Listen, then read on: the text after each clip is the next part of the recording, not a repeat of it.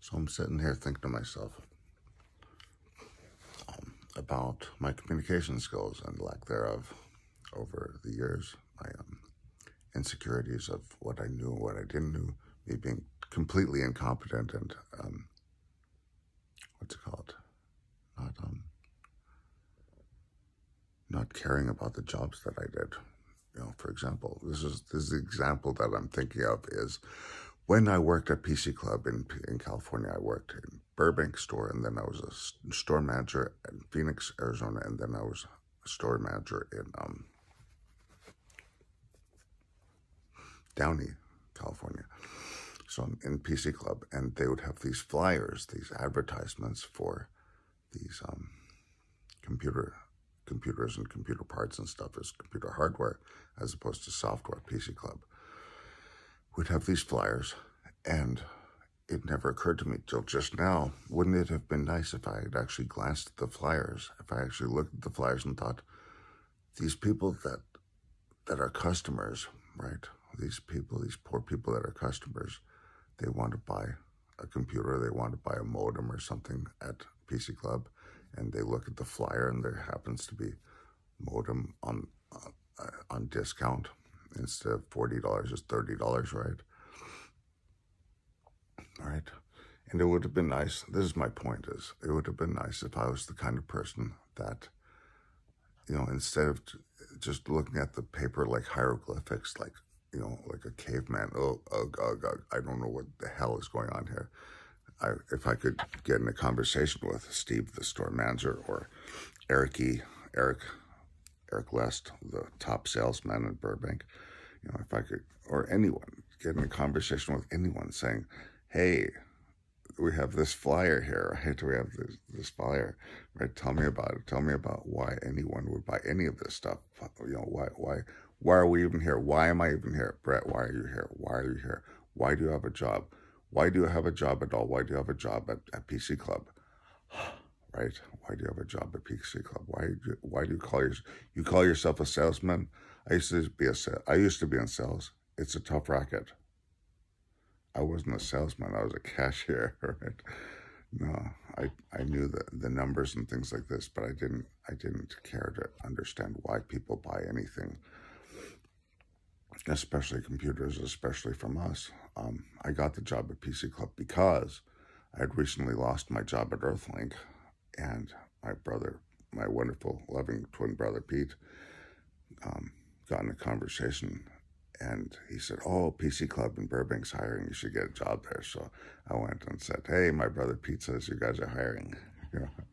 And I was a fashion model. I was beautiful. I was among the beautiful people meow. And so they hired me. I you know, in the process of me trying to get a job there, I brought a box of donuts to the whatever it was.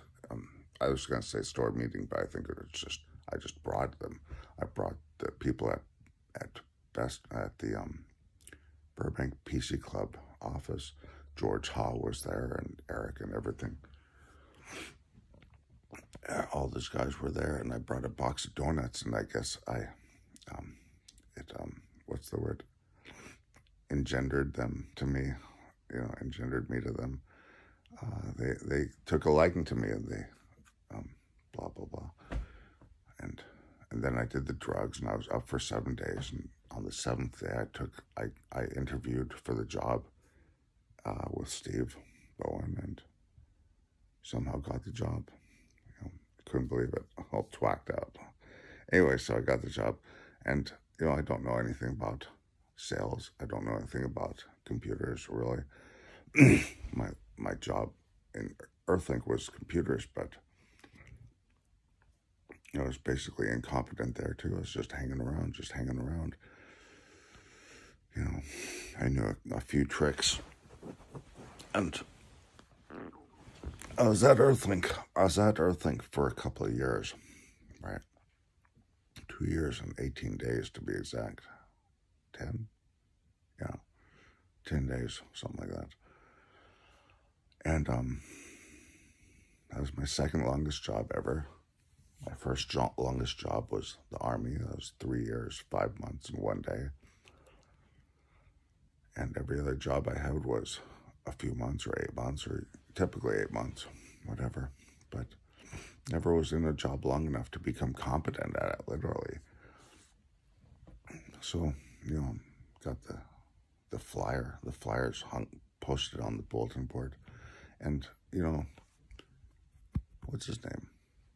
Matt Thien calls himself Matt Hone, the district manager, regional manager of PC Club, hung out at our store a lot in Burbank. And he told me one time, he told me, there's this flyer on the bulletin board on the outside of the store. You should look at it. He actually said you should look at it. Oh, okay, you should look at it. I should look at it, okay. I didn't look at it. I glanced at it once. Oh, there's a flyer. Great. Okay, cool.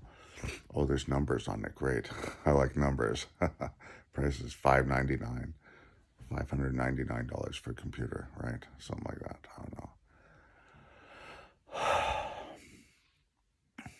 Pete, I remember when Pete was telling me to get the job at PC Club, he was saying, oh, people are going to come in, they're going to want to talk about motherboards, like this Dragon motherboard was a purple motherboard, he said.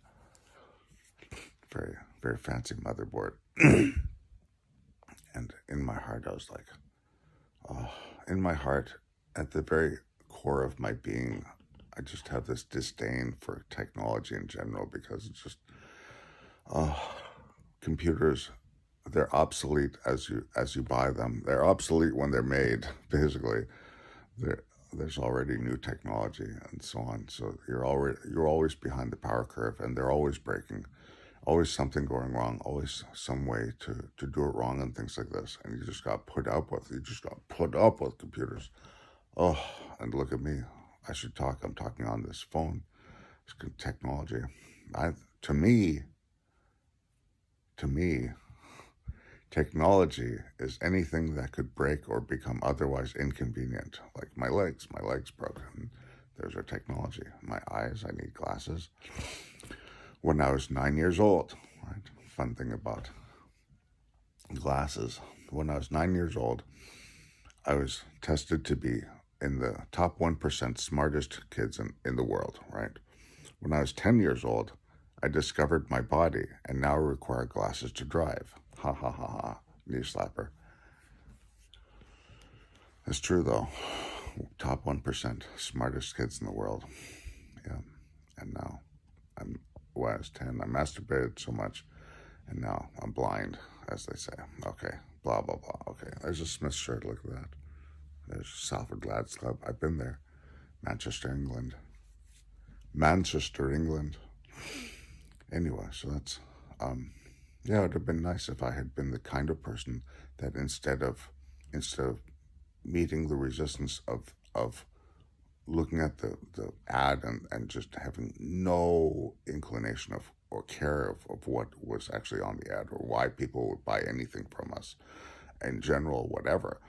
If I would have been the kind of person that could communicate with people and say, hey, Eric,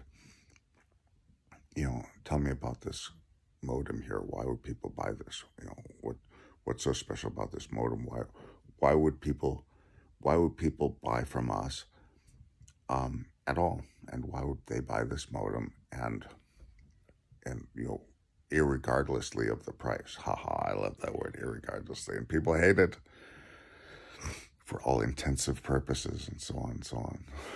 I love it. Okay, that's all I wanted to say, but have a wonderful day, guys. Thank you so much.